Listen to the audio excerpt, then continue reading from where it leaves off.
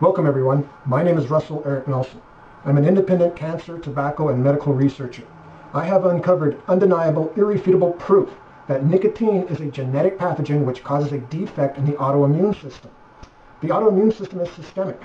Therefore, it's not just possible, but it's highly probable that genetic nicotine poisoning is either the original cause or it is augmenting hundreds of diseases. Being that it is genetic, you do not even have to be exposed to secondhand smoke. You inherit this from your parents. You can get a disease from tobacco and never even have been exposed to it. Now, let's make one thing perfectly clear right now. I'm not a quackanaughter. I'm not going to hide behind some computer screen and tell you that Hillary Clinton is a lizard person. I want my day in court. I want you to investigate this. I want you to corroborate my evidence. Let's make absolutely no mistake about this. We are in the most terrifying epidemic ever known to humanity. We've never seen anything even remotely close to this. And it is not the coronavirus. The coronavirus is actually merely a symptom of the most terrifying epidemic humanity's ever seen. Before we go any further, allow me to take a second here to explain my mentality to you, just where I'm coming from. Now, you may not see it, but I am a walking, talking cancer scar and cancer tumor. I am scar upon scar upon scar, tumor upon tumor upon tumor. I've had over 3,000 skin tumors in my lifetime. My whole face is nothing but well-crafted cancer scars. The only reason that I don't look like the movie character Freddy Krueger is my extraordinary skill with a scalpel. The laugh lines you see are not laugh lines at all. They are very well-crafted cancer scars. Read my book. I live in a nightmarish world of pain and trauma. To disrespect my motives is absolutely repugnant.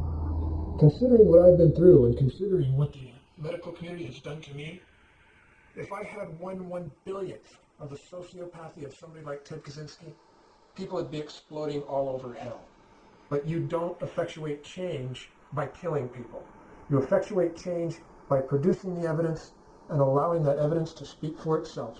Genetic nicotine poisoning is absolutely terrifying.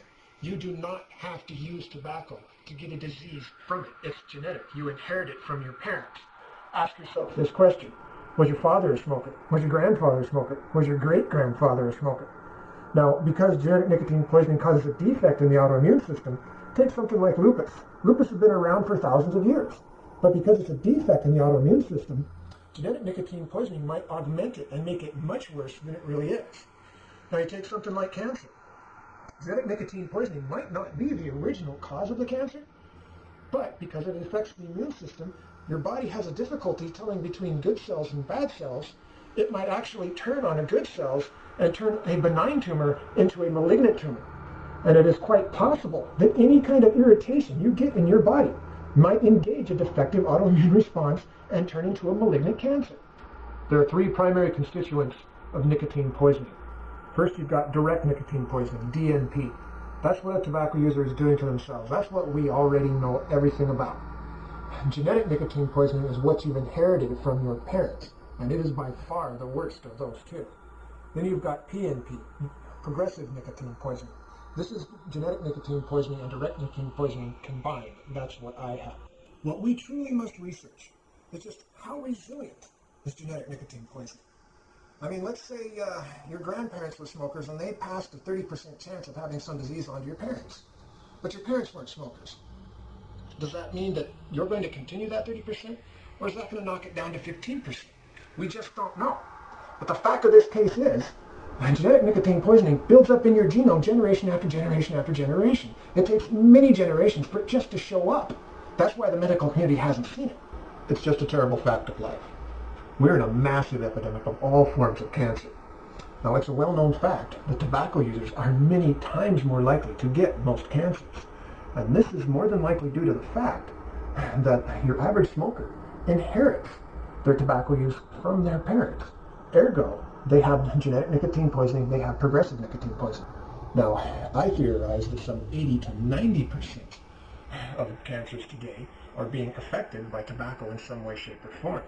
Now, this is impossible to prove simply because genetic nicotine poisoning is so widespread, it's impossible to find somebody who doesn't have some contamination in their history. However, the circumstantial evidence for my theory is simply overwhelming. We are also in a massive epidemic of diabetes. What is diabetes? Well, diabetes is a defect of the autoimmune system. Genetic nicotine poisoning causes a defect of the autoimmune system. Now, it's a well-known fact that tobacco users are far more likely to get diabetes. And this is probably more than likely due to the fact that most tobacco users inherit their tobacco use from their parents. Therefore, they have genetic nicotine poisoning. They have progressive nicotine poisoning. If the medical community were to rephrase and redirect their research, they're going to find that the vast majority of people with diabetes, type 2 diabetes, have a father who smoked. This is going to be probably somewhere between 70 to 90%. We have to force the CDC to take action on this. Big claims, of course, call for big evidence. Now, the CDC has stated that 94% of the people who are dying and having the ill effects from the coronavirus aren't having it from the coronavirus itself, but the coronavirus and some underlying issue. Well, what's causing those underlying issues? And that's tobacco. Now, what I can prove in the court of law, what we know is caused by tobacco, and that's going to add up to maybe 40 to 50%, somewhere in there. That's something in the research. Then you add in my research, and you're talking maybe 80 to 90% of the people who are dying from the coronavirus aren't dying from the coronavirus itself. They're dying from the coronavirus and some form of tobacco poisoning. Most of your research doctors will admit we're in an epidemic of cancer, we're in an epidemic of diabetes, but their solution to this is just to say, well, it's modern man-made chemicals. Oh, really? Which one? Could it be methylene chloride? No.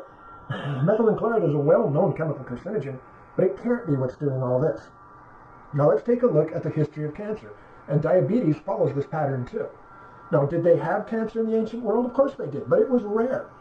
The CDC has stated that 50% of the people in the United States of America will get some form of cancer in their lifetime. That's 50%. That's 1 out of every 2 people. Now, of course, we're living twice as long as they did in the ancient world, so let's chop that in half. You're still looking at 25%. Now, let's say it's exponential and throw in some modern man-made chemicals and cancers caused by them, and okay, let's knock it by another 50%. That's still 12.5%.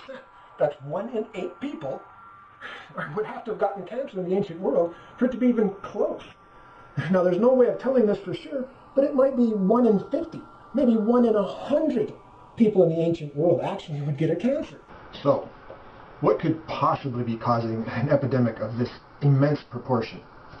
Well, ECN, epidermal cystic nicotosis, my disease, epidermal cystitis, is what I call a signpost cancer. You can see it. It's a skin cancer. You can trace it back through time. You can trace it back through history. You can't do that with something like multiple sclerosis. Now, this is like the expansion of the universe. If the universe is expanding today, well, then yesterday it had to be a little less expansive, and then so on until kink. Well, that point right there is at the very bare minimum 1870. So let's take a look at the evidence as to what has to be causing epidermal cystitis. Number 1, it absolutely must be a chemical. There's no radiation, there's no biological pathogen that could possibly be doing this. This must be a chemical. Number 2, it must be new to the human genome. This wasn't here 5,000 years ago. It wasn't here 2,500 years ago. It was not even here 500 years ago. And it has to spread all across the world by 1870. Number 3, this has to be something that we are ingesting. This has to be something that we are being contaminated with to the level that's capable of doing this. Epidermal cystitis by itself is a massive epidemic. Some 130 to say 150 million people in the United States have visible signs of this disease. Now, premise number 2 and premise number 3 have basically eliminated every single man-made chemical and every naturally occurring chemical except for one. Number 4, whatever is causing epidermal cystitis, it has to be a chemical. It has to be near the human genome. It has to spread all across the world by 1870. And because it is still expanding today, it has to be a chemical that we are ingesting to this very day. Number 4, the big number 4. This must be a chemical which has the chemical ability, which has the chemical valiancy to corrupt our DNA and make our immune system not recognize and reject our own living cells. The evidence is really very simple. I have medical records. I have U.S. military records. I have case history after case history, which proves that epidermal cystitis begins before the widespread use of modern chemicals, yet it does not go back into ancient history. By a simple preponderance of the evidence, by a simple process of elimination, the only thing that could possibly be causing epidermal cystitis is C10H14N2. There are three precepts which form the criteria as to ECN, epidermal cystic nicotiosis, as a signpost cancer by way of genetic nicotine poisoning. Number one, ECN, epidermal cystic nicotiosis, is most definitely caused by genetic nicotine poisoning. I have medical records. I have U.S. military records. There are some 2 million people in the United States of America who can trace their cancer right back through time, just like I can. Number two, ECN is the immune system attacking our own living cells. There's absolutely no doubt about this. The only way you can get a distended nerve ending is to have the immune system attack your own living cells. Number three, the immune system is systemic. Ergo, anywhere a cyst can form in your body, which is everywhere, this cancer, this disease, can form as well. That is absolutely terrifying. Now, here's a curious little note. The reason that my cancer is so benign is because my cancer is just border cells. They're skin cells. They set up a border with the body, and as long as that border is maintained, they don't do anything. That's why they're so benign. But if this attacks interior cells, like breast tissue or testicle tissue, whatever it may be, that's not there. If this attacks an interior cell, you're far, far more likely to turn malignant. I would like to challenge the medical community to try and prove me wrong. This is a matter of science. There's no voting in science.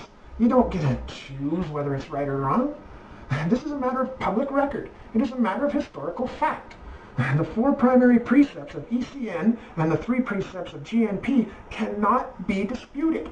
I can trace my cancer, my disease, all the way back to my great-grandfather in Sweden in the early 1870s.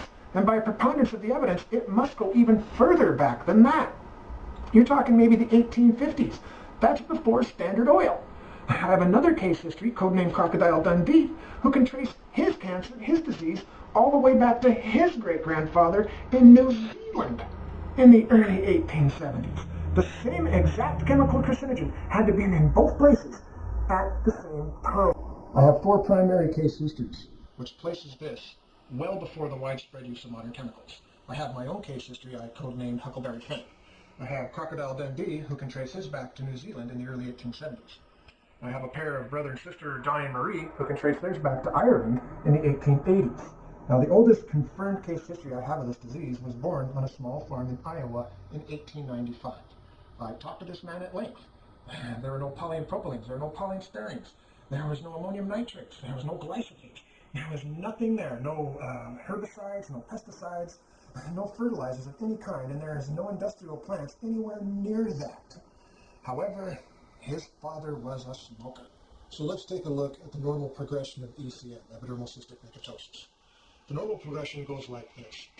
Your grandfather had 1. Your father has 2 or 3. You've got 4 or 5, your child's got 6 or 7, and so on. It's a fairly straightforward progression. However, in my case, it went like this. My grandfather had 1. My dad had 5, which is incredibly unusual. And then kaboom! I've had over 3,000. Something unusual had to have happened in my particular case history that separates me from the rest of the crowd. So let's expand on this just a little bit, shall we? Now, it is an undeniable fact. My great-grandfather had to be exposed to a certain particular chemical. He had to be ingesting this chemical. He had to be ingesting something to the level and something that has the capability of changing the DNA in my grandfather in order to get to my grandfather's immune system to attack its own living cells.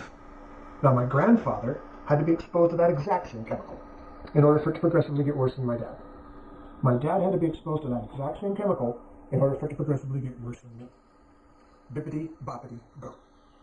C10H14N2 is the only thing that could possibly be doing this. And I might add that Donnie and Marie and every other case I've ever studied of severe or chronic epidermal cystitis follows this exact same pattern. So, why is this so extreme in my particular case? Well, it's a matter of just basic human physiology. Women are born with all the genetic material they will ever have. Most men, on average, smoke for 5 years before their child is conceived. The longer a male parent is exposed to nicotine, the more damage it does to the machinery that creates the DNA. Ergo, the more likely you are to get a disease or a cancer from nicotine. The unusual thing about my case is I have a very, very, very, very long gap in my genetic history on my male side. The longer a man is exposed to nicotine, the more likely it is that his child will become affected by this cancer, other diseases. It's almost invariably the youngest child gets just the business end of the stick. It's just the way that is. Now, I have a father who's the age of most people's grandfathers. On my mother's side, my grandfather is the age of most people's great-grandfathers. But on my dad's side, my grandfather is the age of most people's great-great-grandfathers. And my great-grandfather on my dad's side is the age of most people's great-great-great-great-grandfathers. My dad smoked for 30 years before I was conceived. My grandfather smoked for some 40 years before my dad was conceived.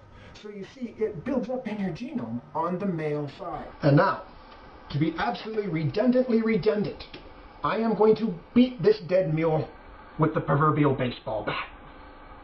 My grandfather is the first person in my family to show visible signs of this disease. My grandfather is born in a small fishing village in Sweden in 1878. Use your Wikipedia. It is physiologically impossible for any modern man-made chemical to have been causing this disease. Likewise, it is also physiologically impossible for any naturally occurring chemical to be causing this disease, with the noted exception of C10H14N2.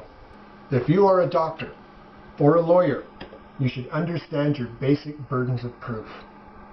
If you do not believe that I have a valid case, you are the dumbest box of rocks who has ever graduated from law school or med school.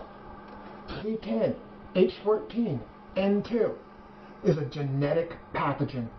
This is a demonstrative scientific fact. It is a legal foregone conclusion. The medical community simply doesn't want to believe me. Not because they looked at my evidence and said, well, you're wrong. No, they won't believe me because they won't even listen to me. I made the mistake of telling these people, and we're talking Johns Hopkins, the Mayo Clinic, American Cancer Society, JAMA, the whole 9 yards. They won't listen to me because I told them the truth. I said, I'm self-educated. And they said, well, if you don't have a doctor's degree, we won't even listen to you. And I'm saying, hey, fire. And they're going, well, you don't have a doctor's degree and fire, so we're not going to listen to you. Another point of contention I've had is called peer review. One doctor called me up or emailed me and said, well, I went to the Mayo Clinic, and that's not what the Mayo Clinic said about epidermal cystitis, my disease. And that's because the Mayo Clinic's wrong. They've not truly studied this. The medical community has absolutely dropped the ball on my disease. If you take 1,000 people with epidermal cystitis, you're going to get the exact same results. Your grandfather had 1. Your father had 2 or 3. You've got 4 or 5. Your child's got 6 or 7. This is spreading and it's getting worse. And you're a smoker. Your father's a smoker. Your grandfather's a smoker. And your great-grandfather's a smoker. Anyone who has epidermal cystitis has a history of tobacco use in their family. The majority of anti-tobacco lawyers are hypocrites. They are parasites. They are ticks on the coon dog of big tobacco. They don't want that coon dog to die. Why? Because they make so much money. They have set themselves up in a big old filthy hog trough of money. You know, how do I know they're hypocrites?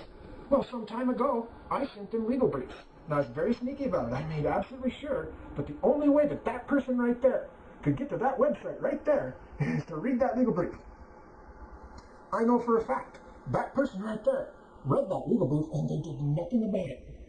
Now, if I were to send that exact same legal brief to all 9 justices at the Supreme Court, each and every one of them would have to say, oh, holy crap, he's right. You can't possibly look at that legal brief and say, oh, he doesn't have a case. They don't want to get rid of the tobacco industry because they make their money from it. Now, don't misunderstand what I'm really trying to say here. Just because the anti-tobacco lawyers and the medical community treated me like a piece of dog shit, just because they treated me with such unbelievable disrespect, it doesn't mean I disrespect what they've done in the past. Even the greedy lawyers have done some good. The fact of the matter is, if it weren't for the heroic effort of all the anti-tobacco and all the anti-cancer people, if it weren't for the heroic efforts of the people today, if it weren't for your heroic efforts, we would be in a very dark, ugly place right now. And the point of this right here and right now is if you're not at least willing to listen to what I have to say, if you're not at least willing to do a minor research project just to prove whether I'm right or wrong, if you're not at least willing to listen to me, you're not really anti-cancer and you're not really anti-tobacco. This is the most important find in cancer research ever. The medical community can pout and cry and whine all they want. They simply don't have a snowflake's chance in hell of changing the facts of this case. Autism. What is autism and where the hell is it coming from? Well, autism is, surprise, surprise, a defect of the immune system. Now, where's it coming from? Well, there's no history of autism in the ancient world. You can't tell me that Hippocrates could see somebody suffering from severe autism and not make a note of it. Now, the timeline of autism is this. Autism is first discovered, it's first recognized just a few generations after we start cultivating tobacco. Yet it vastly predates the widespread use of modern chemicals. So it's very unlikely that this would be any modern man-made chemical. So let's do a little quick review here. Autism begins after we start cultivating tobacco. It vastly predates the widespread use of modern chemicals. And it's a defect of the autoimmune system. You do the math on this. For the love of God, help me. We need more research on this. Being that autism is getting so much press these days, I figured I'd better slip this little snippet in just to make sure that we all understand what's really going on here. Now, RFK is absolutely right when he says that autism must be being caused or affected by some kind of environmental contamination. And about that, he's absolutely right. A lot of researchers will tell you that autism goes all the way back to caveman days. And there is some minor evidence of that. It maybe, kind of, sort of might be autism. It's sort of like it, but it's not really right on the head. The first true case of autism that I can think of starts right after we start cultivating tobacco. When I talk about autism in this video, I'm actually talking about chronic autism. I'm talking about severe head-banging, repetitive motion autism. Now, there are many different forms of autism and many different levels of it, but let's crunch the numbers on chronic or severe motion autism. Autism in general seems to be spreading. Now, this could just be simply due to scientific discovery. That is, we're better at diagnosing it and there's more information available, and that's just a natural process of scientific discovery. Now, the percentage of children today born or diagnosed with autism is about 1% for girls and about 4% for boys. Now, there are many, many different forms of autism, and there are many, many different levels of it. Now, severe chronic motion autism is going to be at least 10% of the general population of autism, at least that. But say the total is 5%, let's knock that all the way down to 0.2%. Now you take somebody like Hippocrates in the ancient world. He had a constituency or an association back then of at least 50,000. That means during his entire lifetime, he probably had access to at least 50,000 people through his everyday comings and goings and doctors and etc. so on. They may have been in the ancient world, but they were very sophisticated in their communications back then. So you're looking at 0.2% of the 50,000 people that he should have some oversight on. That's 100 people. That's 100 people who would have to have chronic autism if the same percentages of chronic autism were the same in today's society as they were in the ancient world. You see the problem with that? Hippocrates would have seen it. And then you've not only got Hippocrates, but you've also got Galen. You've got multiple other physicians down through time. If the percentage was the same as it is today of chronic autism, we would have seen it. Hippocrates would have seen it. It would have been just absolutely blatant. You could knock that by another 50% and take it down to 50 people out of 50,000. The motions of autism are so unusual that it would be very difficult for someone not to recognize it. Therefore, by a simple standard of logic, if it wasn't there in the past, it actually has to be spreading. In my videos, I'm very careful not to make statements that I can't prove to a scientific standard. Now you take autism. I cannot prove for a fact that tobacco is affecting autism. That is a theory that remains to be proven or disproven. Diabetes, on the other hand, is a completely different monster. The medical community has unknowingly, unwittingly proven one of the greatest theories of my research. Diabetes has been with us for thousands of years. Diabetes is a defect of the autoimmune system. Genetic nicotine poisoning causes a defect of the autoimmune system. It's a well-known fact. Tobacco users are far more likely to get diabetes than non-tobacco users. Now, what this proves is that in some way, shape, or form, tobacco is causing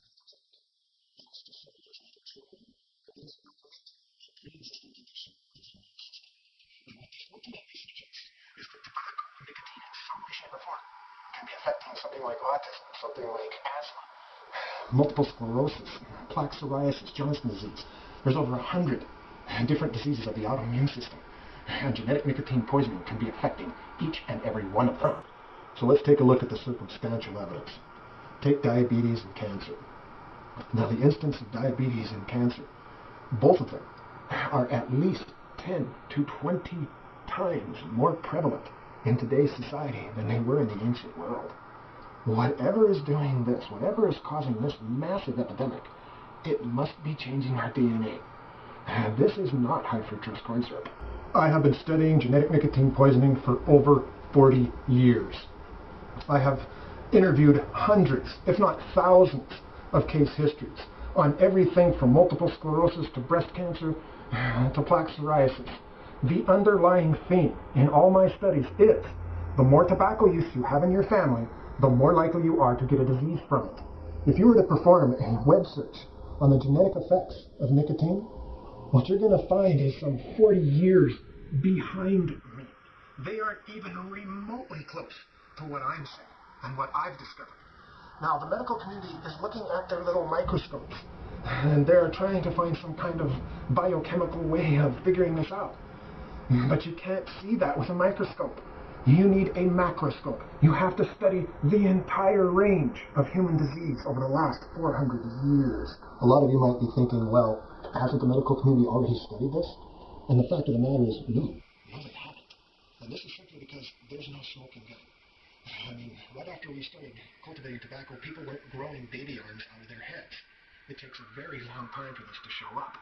Epidermal cystitis is not only the smoking gun, it's the bloody set of footprints that lead right to the house of Big Tobacco.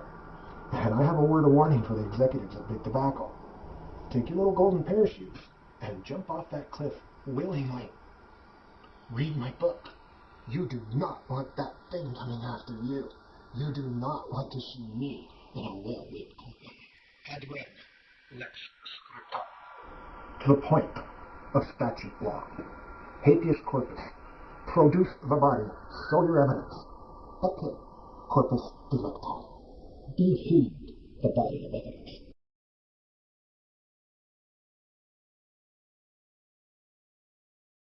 Eventually, every doctor on this planet is going to have to get down on their knees and kiss every scar on my old scarry ass because my old scarry ass is right. I'm not smarter than the average bear. I'm just the average bear who looked in that particular picnic basket. Anyone who looks in that particular picnic basket is going to see the same filthy, awful cancer that I have. It would be absolutely foolish of me to say that nicotine is causing all these cancers today. Back in the ancient world, we only have evidence of a handful of cancers. Now we have well over 100. It's obvious that modern man-made chemicals and radiation have something to do with it. What I am saying is that if your immune system is not acting appropriately, it might allow that cancer to grow where normally it would not, or it might start attacking the good cells around that cancer and turn a benign tumor into a malignant tumor. However, It is very unlikely that the epidemic of cancer we are in are being caused by man-made chemicals by themselves. Sure, they are causing some cancers, but the explosion of cancer begins long before 1900. Now, what we call modern man-made chemicals cannot really begin until after World War I, and far more judiciously after World War II. What we call the widespread use of modern chemicals, pesticides and largely petrochemicals such as polyene, propylene, stearines, nylon, stuff like that, that doesn't begin to spread until after World War II. The epidemic of cancer starts before 1900, and it's spread all over the world. Whatever is doing this, it has to be equally spread throughout society. Now, the majority of modern man-made chemicals are almost all localized. Take photochemicals. There are some very nasty little chemicals, but they're localized. You have to be exposed to that particular area in order for you to get a cancer from this. This is so widespread that it just simply can't be any modern man-made chemical. My research on epidermal cystitis is far beyond any other research on epidermal cystitis. They don't even recognize that this is an immunocyst. Now, there's a difference between a cystic immunoresponse and a pathogenic immunoresponse. A cystic immunoresponse is your body saying, hey, there's a piece of glass. It's an inert object. It just creates this package around this object, this foreign object, and it confines it to that space. Now, a biological pathogenic response, now that's T cells, that's antibodies, that's white blood cells. It's a whole different ballgame. So let's look at something like MS, multiple sclerosis. What is MS? Well, MS is the immune system attacking your own nervous system. It's the immune system attacking your own living cells. Now, there's no real evidence of MS in the ancient world. The first true evidence of multiple sclerosis starts after we start cultivating tobacco, yet it vastly predates the widespread use of modern chemicals. So it's very unlikely that this is some man-made chemical. It's quite possible that genetic nicotine poisoning is causing multiple sclerosis. But it's also quite possible that the percentage of multiple sclerosis cases has not changed. It's just the fact that nicotine, genetic nicotine poisoning, is cross-pathogenic, meaning that because it's the immune system, it augments the effects of multiple sclerosis, and we just happen to be seeing the effects of it. It is my personal belief. Now, we're in a massive epidemic of multiple sclerosis. Now, the medical community might tell you that, well, we just have better ways of detecting it today. And that might be true to a small degree. However, you can't tell me the same instance and percentage of multiple sclerosis today is anywhere near equivalent to what it was in the ancient world. So, whatever is causing this to spread, it must be something that we are being contaminated with to this very day. Now, I've had 5 cases of multiple sclerosis, and all 5 of them had a father who smoked. So let's take a look at one of the most enduring mysteries in modern medical science, and that's what causes malignant mesothelioma. Well, everybody knows that malignant mesothelioma is caused by asbestos, and that's not the whole story. The medical community has not properly proven how asbestos causes malignant mesothelioma. In order for a substance to cause a cancer, it actually has to change the DNA. Now, that's usually done through some form of radiological property or some form of chemical valency. Asbestos is inert. It has neither. That's like saying glass caused cancer. Now, what's more likely happening here is the asbestos causes an irritation, which engages a cystic immunoresponse, and due to GNP, it gets out of control, and voila, then you have a cancer. The human papillomavirus has been linked to several cancers, and it's very unlikely that the human papillomavirus is causing cancer by itself. When the human papillomavirus enters your body, its only mission is to reproduce itself. It has no business causing a malignancy in the cells around it. It's sort of like a dog giving birth to a cat. Now, the human papillomavirus is a wart, and warts are localized. Unlike cold and flu viruses, which float throughout your body, this creates a cystic immunoresponse in a specific spot. And then your defective immune system, due to GNP, attacks the cells around it as well, and voila, you got a cancer. A lot of doctors out there right now are thinking, well, this guy doesn't know anything about viral oncology. And yeah, I do know a little bit about it. I know what reverse transcriptions is. What they don't know is genetic nicotine poisoning. And genetic nicotine poisoning causes a defect in the autoimmune system. Now, you take the history of the HPV virus, and you identify what's causing cancer. This is long after we started cultivating tobacco, and it must be suspect. Now, it's quite possible that every single malignancy that is attributed to the HPV virus could actually be coming from the HPV virus and genetic nicotine poisoning. Now, I have studied a great many cases of cancers over the years. Now, I've had 8 different cases of ovarian, uterine, and cervical cancer, and all 8 of them had a father who smoked. Now, this is too small of a research group to be considered valid, but if you were to take 10,000 people with ovarian or cervical or uterine cancer, I bet you're going to find that at least 70% are going to have a father who smoked, and about 98% of them are going to have a history of tobacco use in their family. A major point that I would like to make is this. All of these cancers, breast cancer and colon cancer and all these different cancers, these are all spreading and they're getting worse. Multiple sclerosis is spreading and it's getting worse. Epidermal cystic nicotosis is spreading and it's getting worse. These diseases are spreading and they're getting worse because we're still ingesting what's ever causing it or triggering it. Now, I cannot prove to a scientific standard everything I've said in this video. This is conjecture, but it's not contrived conjecture. It is conjecture based on a preponderance of the evidence. Now, I'm just one person, but the main bottom line that I want to get to you is this warrants further research. The corroborating evidence warrants further research. This is ECN, epidermal cystic nicotosis.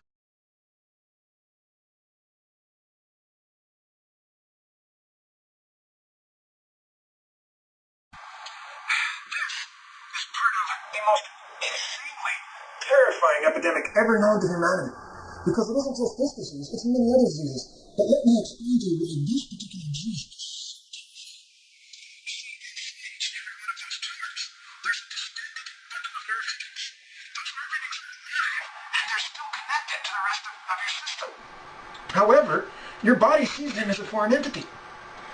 When you injure that bundle of nerve endings, and it sends its pain signal across that synapse, your body considers it a biochemical electrical attack upon its system.